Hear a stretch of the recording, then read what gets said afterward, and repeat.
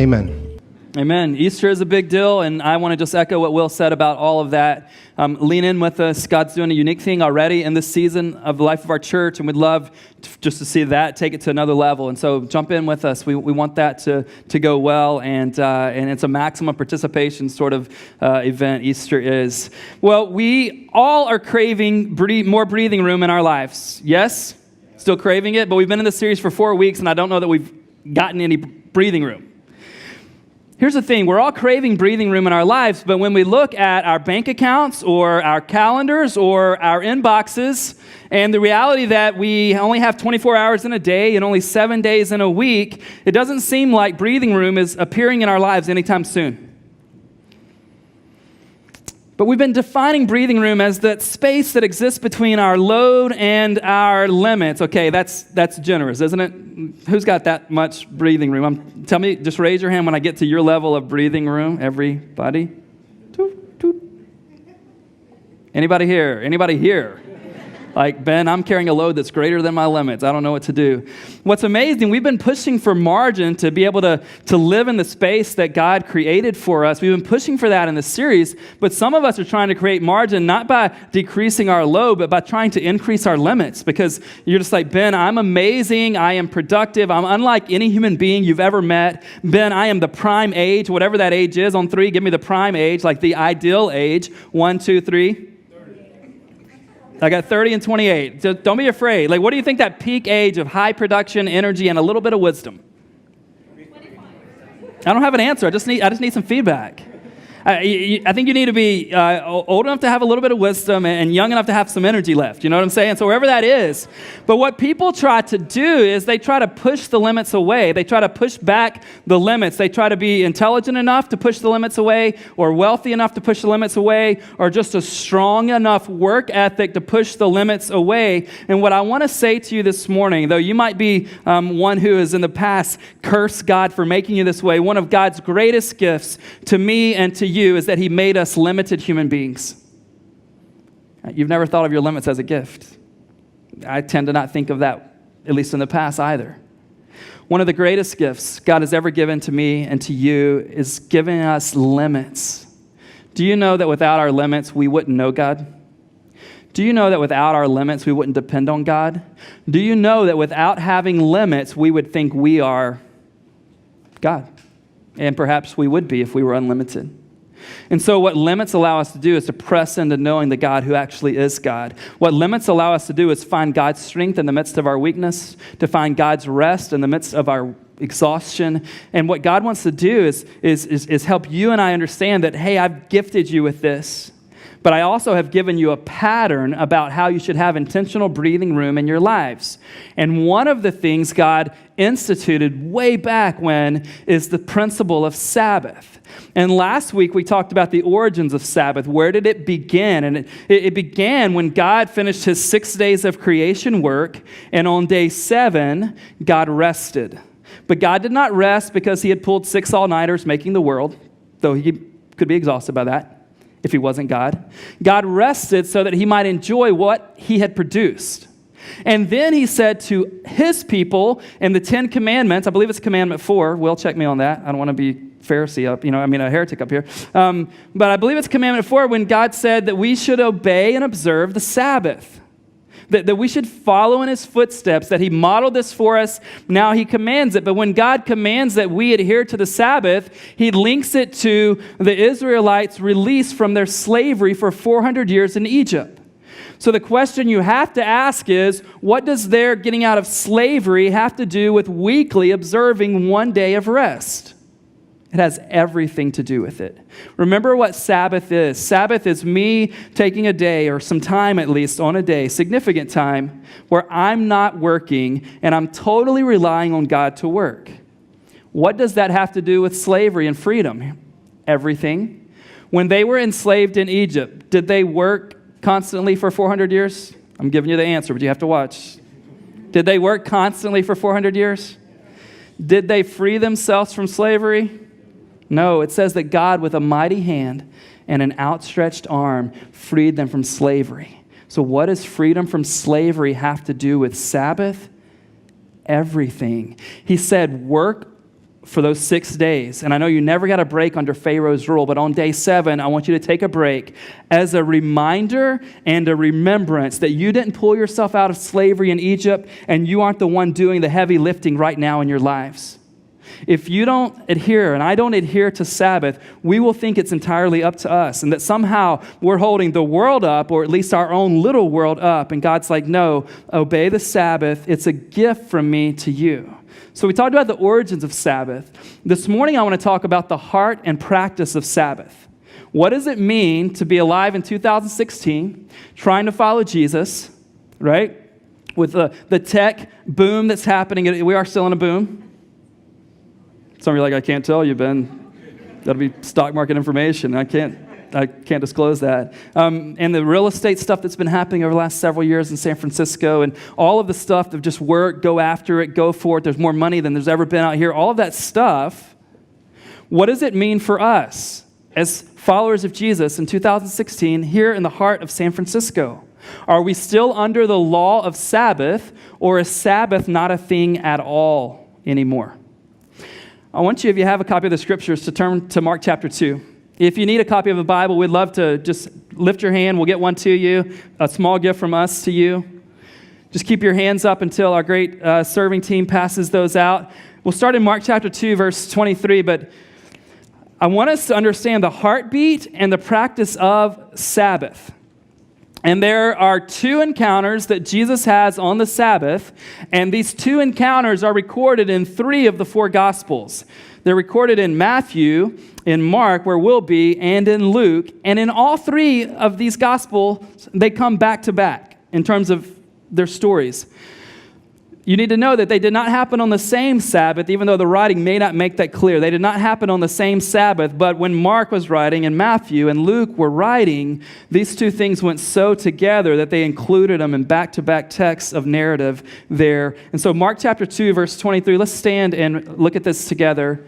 We'll read 2:23 through 3:6. So 2 encounters, Jesus is making the same point with both, and it's going to help us answer the question, am I under, as a Jesus follower in 2016, am I under the law of Sabbath, or is Sabbath not a thing at all? Here's what we read. One Sabbath, he, that's Jesus, was going through the grain fields, and as they, that's the disciples, made their way, his disciples began to pluck heads of grain. And the Pharisees were saying to him, look, why are they doing what is not lawful on the Sabbath? And he said to them, have you ever read what David did? That would be King David from the Old Testament. When he was in need and was hungry, he and those who were with him. How he entered the house of God in the time of Abiathar the high priest and ate the bread of the presence, which is not lawful for any but the priest to eat, and also gave it to those who were with him. And he said to them, the Sabbath was made for man, not man for the Sabbath. So the Son of Man is Lord even of the Sabbath. Now chapter 3, verse 1 starts a different encounter, a different Sabbath. Again he, that's Jesus, entered the synagogue, and a man was there with a withered hand. And they watched Jesus to see whether he would heal him on the Sabbath so that they might accuse him. The Pharisees were a lot of fun to be around. If he takes care of that guy that's been crippled from birth, we're going to be upset. Amazing. Verse 3, and he said to the man with the withered hand, come here. And he said to them, as the man comes close, to the Pharisees, is it lawful on the Sabbath to do good or to do harm, to save life or to kill? But they were silent. And he looked around at them with anger, grieved at their hardness of heart, and said to the man, stretch out your hand. He stretched it out, and his hand was restored. The Pharisees went out and immediately held counsel with the Herodians against him, that's Jesus, how to destroy him. Again, the Pharisees are a ton of fun to be around. Let's have a seat and see what we can learn about the heart and practice of Sabbath this morning. A couple stories, but I think they're getting across the same point. So let's look at each of them and try to figure out what's happening here. Jesus, first of all, is pro-Sabbath. Jesus is for the Sabbath. Jesus is not doing away with the Sabbath, but Jesus is not for the kind of Sabbath that the Pharisees understood the Sabbath to be. Jesus isn't throwing away the Sabbath, but he's absolutely throwing away the Pharisees' idea of the Sabbath. You see, the Pharisees, they could not receive the idea that the Sabbath was a gift. They thought of it more as a measuring stick. If you don't know the story of the Pharisees, they wanted to find and do as many of the right things according to their law and their understanding of the law so that they might earn favor or good graces with God. And so for the Pharisees, Sabbath was just one more thing, which is interesting that the Sabbath's all about what? Work or rest? It's all about rest. And so externally on the Sabbath, it doesn't look like the Pharisees are doing what they shouldn't be doing. But they're still, in their resting, they're performing. Does that make sense? In their not doing any work on the Sabbath, they're performing to get themselves a better standing with God. They didn't rest internally. And it's a great lesson for us as we think about the Sabbath. You could be resting and not doing work externally and have no rest internally. Have you ever been there? It's like there's nothing on the calendar, but I'm so stressed. I'm so anxious. I have this angst within me. I'm so worried. I'm concerned. I can't shut my brain off. Have you ever been there? That's where the Pharisees are. They're working internally, even though it looks like they're resting externally. They can't receive it as a gift. And so during this time, the Pharisees adhered to the Sabbath code. And the Sabbath code included 39 things that were forbidden on the Sabbath. 39. You can Google it. You can look at commentary. It's just out there. One of the things that was forbidden on the Sabbath was reaping. Okay? Reaping just means, so you've planted something, it's harvest time, you pick it and eat it. You could not do that according to the code, which isn't necessarily what God's rule was, but that's how they interpreted the code for the Sabbath.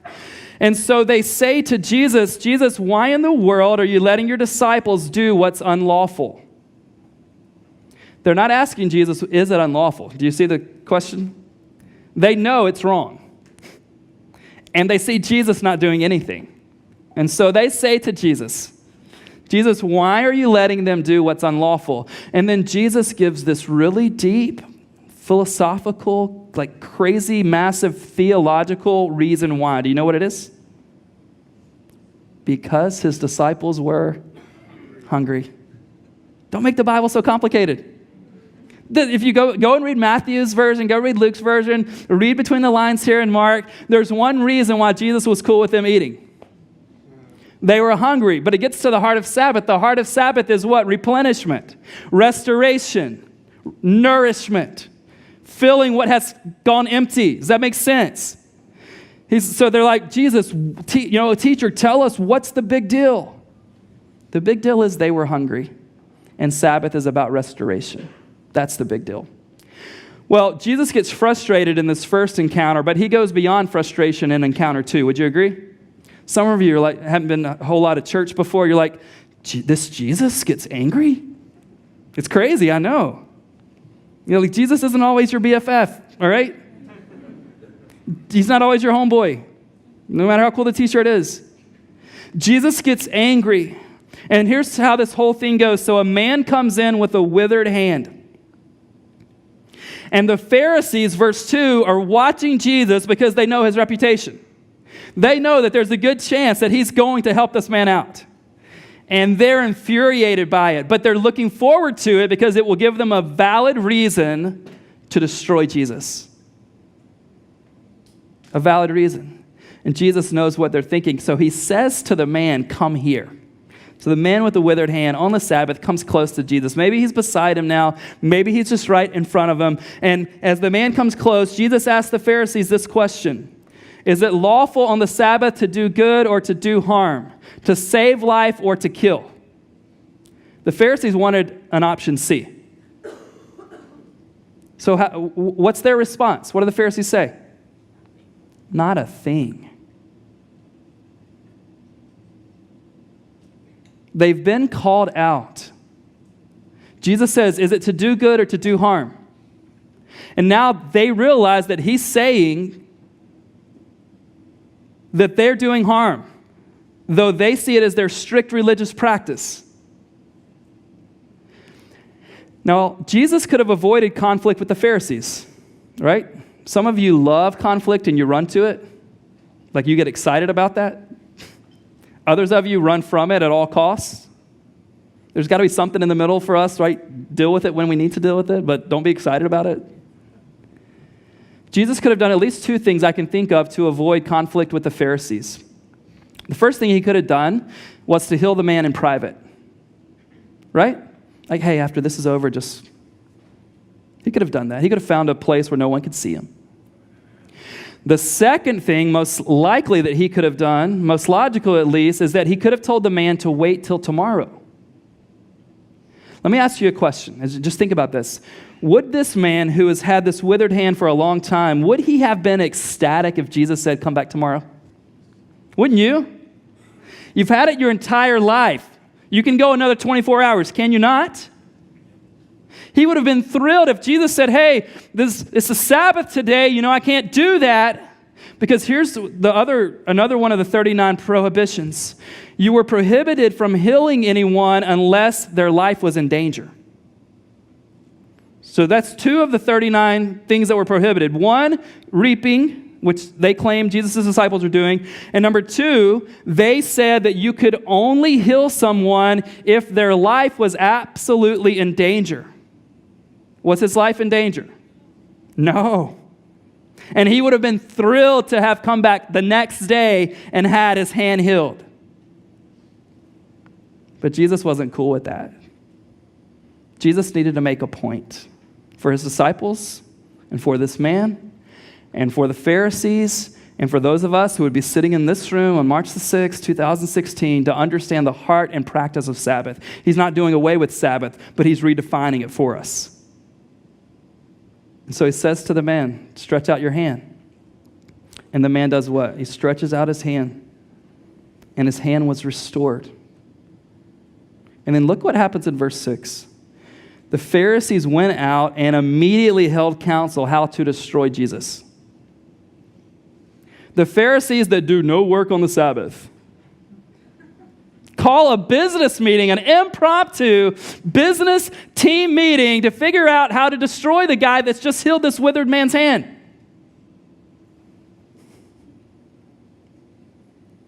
Jesus didn't have to do this, but he wanted to show them and show us the heartbeat and the practice of Sabbath, what it's all about. And here's what it's all about.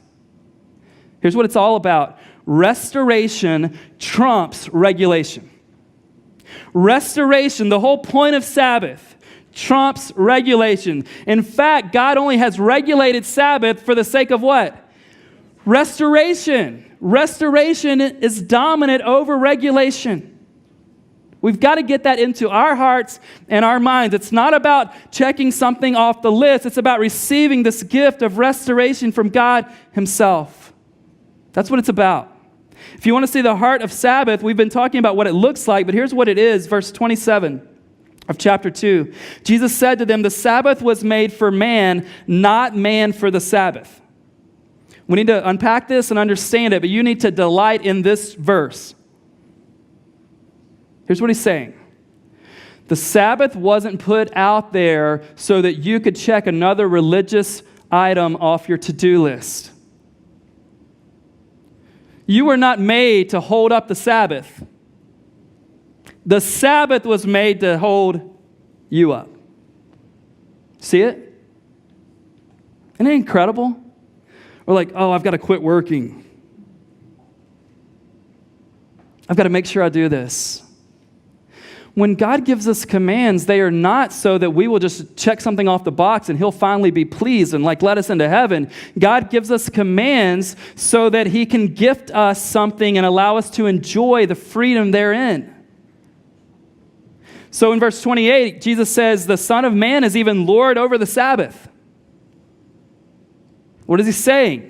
He's saying that I have all authority, he would say in Matthew 28, and right now I want you to know I have authority over everything, including the Sabbath. And here's where it plays into our lives. Depending on how much you believe that Jesus has all authority, it will directly affect your willingness to embrace Sabbath or not. It kind of goes back to last week's talk, but let me say it this way. If Jesus has all authority, then you can rest. If he doesn't, then get busy.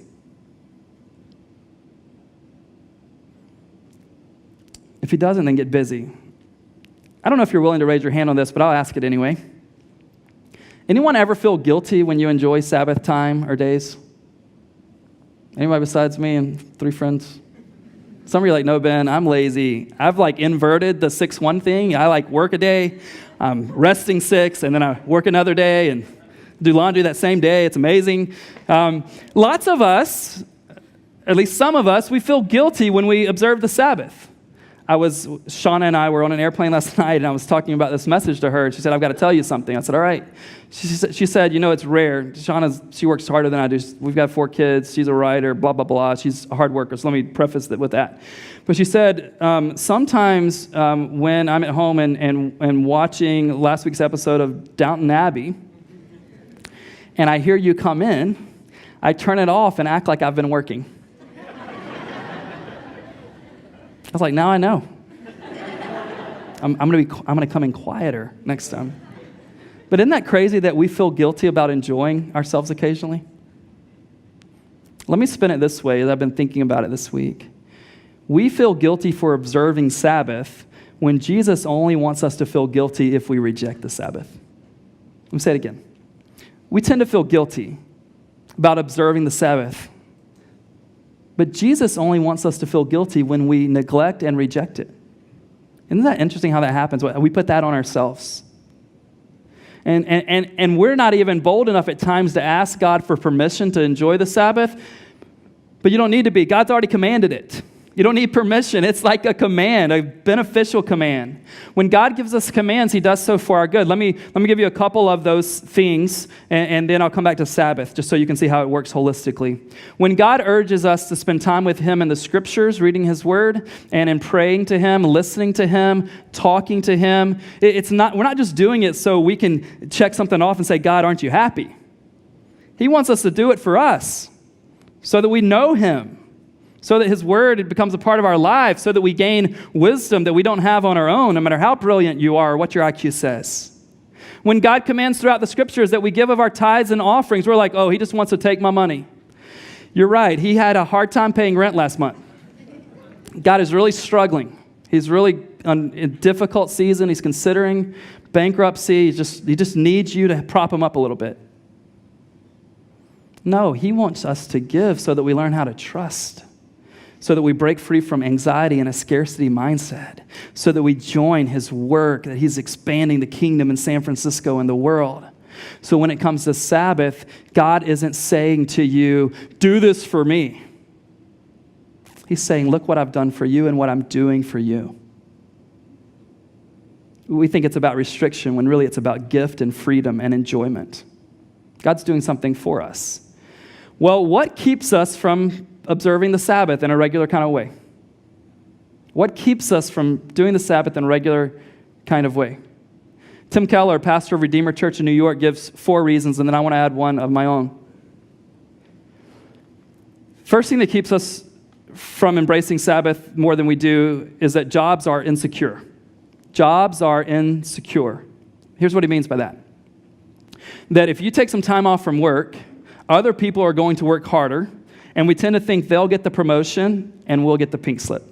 So jobs are insecure. And I know many of you're in that place right now, unemployed or companies downsizing. It's like, and there are times where it's true. You can't maybe. Second reason he said is that we can't do the Sabbath is because we have to justify our salaries. This idea that if you're making X amount of dollars that you can't take time off, that's the expectation, written or not, that you've got to just keep working because we're paying you this much money. Third thing he says that makes Sabbath difficult for us in this culture is technology. This is a huge one. He says because we can work anywhere, we work everywhere. Fourth is identity. Talked about this some last week. When we don't receive our identity from God as sons and daughters, then we have to achieve an identity. We have to work for an identity. And if you don't have an identity, so many of us allow our work to define us. And because we never know if we've hit that mark where we're good enough or where our status is high enough or we're successful enough, we just keep trying to go for it because we're trying to earn something rather than receive the identity that God wants to give us. But let me add this fifth one. So jobs are insecure. We have to justify our salaries, technology, identity. But here's a fifth one that I've just been thinking about a lot with my life, even you guys, the scriptures. The fifth one is we care too much about what other people think of us. Let's go back to where the series started with Mary and Martha. Let's pretend for a moment that Mary cared too much about what Martha thought about her. Would we have seen Mary at the feet of Jesus?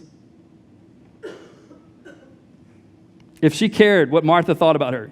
Okay, you guys weren't there. All right, we've slept since that message. They were sisters. Martha thought Mary was lazy. Martha thought Jesus didn't care that Mary wasn't helping her. Mary didn't give a flip about what Martha thought. And so she stayed at the feet of Jesus and did not care what Martha thought. Some of us don't take Sabbath because we're like, what if our coworkers send us an email and they need a response within 2.3 seconds and we wait 12 minutes? The world will fall apart. You're that important, and the email is that important. No. Some of us just have to quit caring what people think about us so much. Now, I realize if it's a boss, there's a conversation that we can have around that. And again, I made this offer last week. If you weren't here, I'll make it again. I have a number of alias emails I can use to email your boss to tell him to back off. Okay? It cannot be traced at all. So those are some of the reasons why we can't observe the Sabbath. But now I want to talk for a few minutes about what's allowed when it comes to the Sabbath. Like what can you and I do and it still be considered Sabbath? I'm going to give you 3 stipulations and let you know there's a big, fat, wide range of things that can be done. The first stipulation for Sabbath time is that it must be God-honoring. It must be God-honoring. It must be worshipful in some way. And I do not mean that you need to be in a room like this or having your Bibles open 24/7 or singing a worship song or praying all the time. I think those are good elements for Sabbath days. But it just means that what you're doing is honoring to God. It is affirming the truth that He is who is keeping your heart beating, your breath in your lungs. He's the one who is sustaining you while you rest. So it's God-honoring. The second one is that it must be soul-restoring. Soul-restoring. And this is where it gets fun. We are so different in this church, which is fun. We're from 50 different countries. We vote different. I know you guys are waiting for the political message to come. Will's going to do that one. I'm keeping my job. We're so different. So when it comes to what's soul restoring, I don't know what it is for you. I almost hesitate I almost even want to back away from giving some ideas because we're all so different. But I'll give some maybe in a little bit. I mean, I think it can be walking around the city. It can be hopping on a ferry. It can be, writing something. There's so many things. It can be conversations with people if you're an extrovert. If you're an introvert, though, it won't be Sabbath for you to be around people. So it's God-honoring, it's soul-restoring. Number 3, it has to be something you do not get paid to do.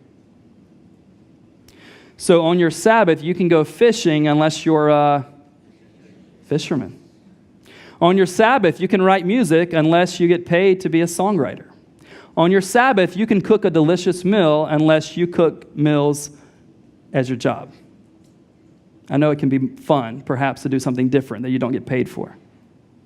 So it's God-honoring, it's soul-restoring, and you don't get paid to do it.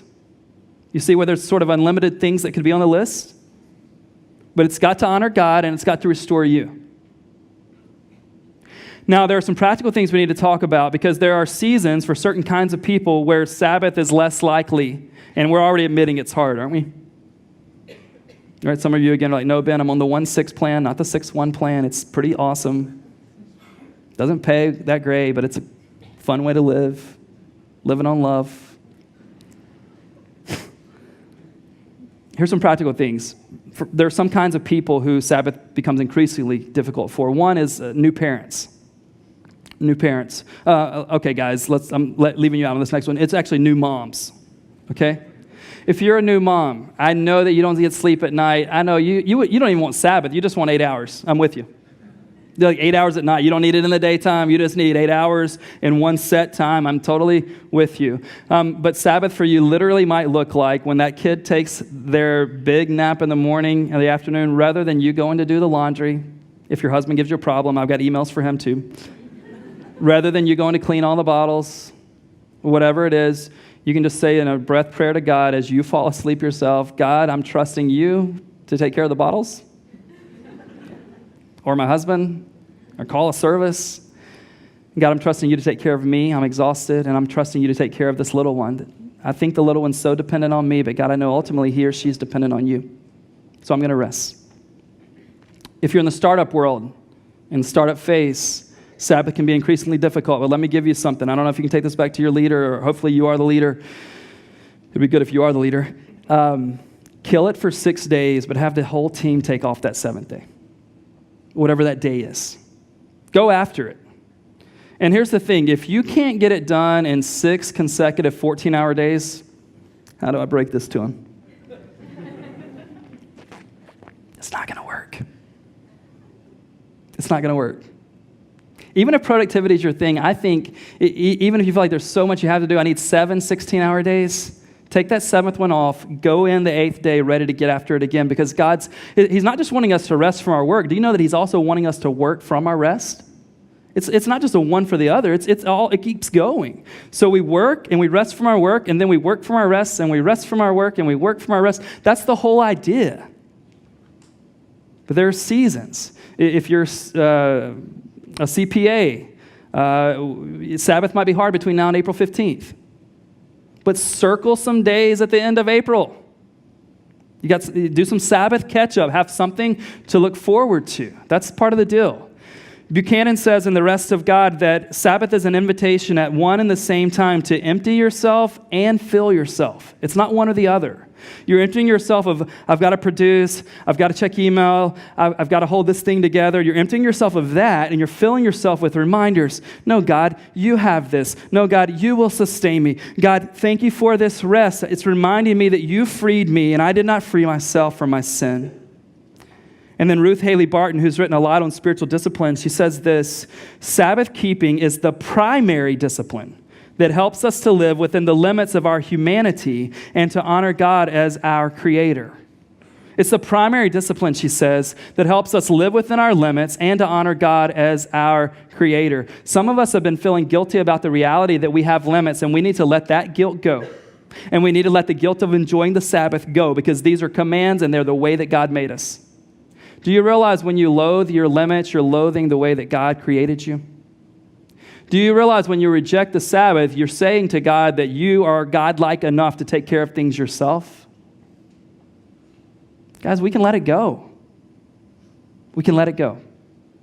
But here's the thing. If you have trouble entering into rest in a regular rhythm, it could very likely be true that you have never entered fully into the eternal, ultimate rest of God offered to you in Jesus Christ. That eternal Sabbath rest where we rest in what he did for us. And so if that's you, I want you to hear a couple of verses. I think it's good reminders for all of us, but it could be life-changing for some in the room. The writer of Hebrews says in Hebrews 4, 9 through 10, talking about this eternal rest, he says, "So then there remains a Sabbath rest for the people of God. For whoever has entered God's rest has also rested from his works as God did from his." That's not referencing a once-a-week Sabbath. It's referencing an eternal, forever Sabbath. You see, the Pharisees were trying to work their way to God. So when Jesus comes along and says to them, no, it's by grace that you must be saved, they rejected that. They didn't want grace. They wanted to earn it. They thought they had what it took to earn their way to God, and perhaps that's been your MO as well. I'm going to work my way there. I'm going to make it in. And you haven't. And you never know how good is good enough, and how high is high enough, and how pure is pure enough. And so you keep trying to figure out a way to get in, and God's going, you have to rest in what I've done for you. You have to rest in what I've done for you. Have you ever reached that moment where by Jesus' grace and your faith in him, you've rested in his accomplishment on the cross with the resurrection to free you from a sin that you could not free yourself from? If you haven't ever rested in that, I want to invite you today to enter in. By grace, through faith in Jesus, enter into that rest. You don't have to work your way to God. You can't work your way to God. But Jesus has accomplished for you so that you might be invited in to enter that rest. Would you pray with me this morning? If that's you know, like, then I've never entered into this idea of resting in what Jesus has done for me. Let me encourage you to make a faith commitment to him this morning. To rest from your works, to receive his free gift of grace and mercy where he forgives you of your sin and you get this eternal relationship with God, not because you're amazing or how much you've done, but because of what he's done out of his love for you. When you couldn't get yourself to him, he came in the person of Jesus to you. And then for the rest of us, why can't you rest? Why can't you take some time and find some things that would be God-honoring, soul-restoring, and things you don't get recognized or paid for? God, I pray that you would infuse us with hope around today's ideas. I pray that you would give us a desire and that we would anticipate and expect to enjoy Sabbath days or at least some Sabbath time each week. And that out of that, we would work from this place of restoration and replenishment and nourishment. We wouldn't think we're holding the company up or our families up or the world up. But we would enjoy Sabbath as a reminder that you're holding us up. God, I pray that you would work during this time. In Jesus' name, amen. Let's stand. And as we're standing, go ahead. I want to just again say that on your communication card is a way for you to let us know about decisions that you make in settings like this. And if you've never entered into that eternal rest, I'd love for you just to let us know, hey, I'm interested in following Christ, and we'd love to walk you through that through meetings or phone calls this week. B's going to lead us in this song, and this song's all about the strong faith to do whatever God has for us, and that's usually the way that I lean. Like, oh, I want you to have strong faith to go and do the hard things with your life. But perhaps what we need to hear this morning is we need great faith to do nothing. We need great faith to stop. We need great faith to not jump back on the horse today and just to maybe take a walk and have our souls renewed. That might take more faith than going and doing a really hard thing across the world. So lead us.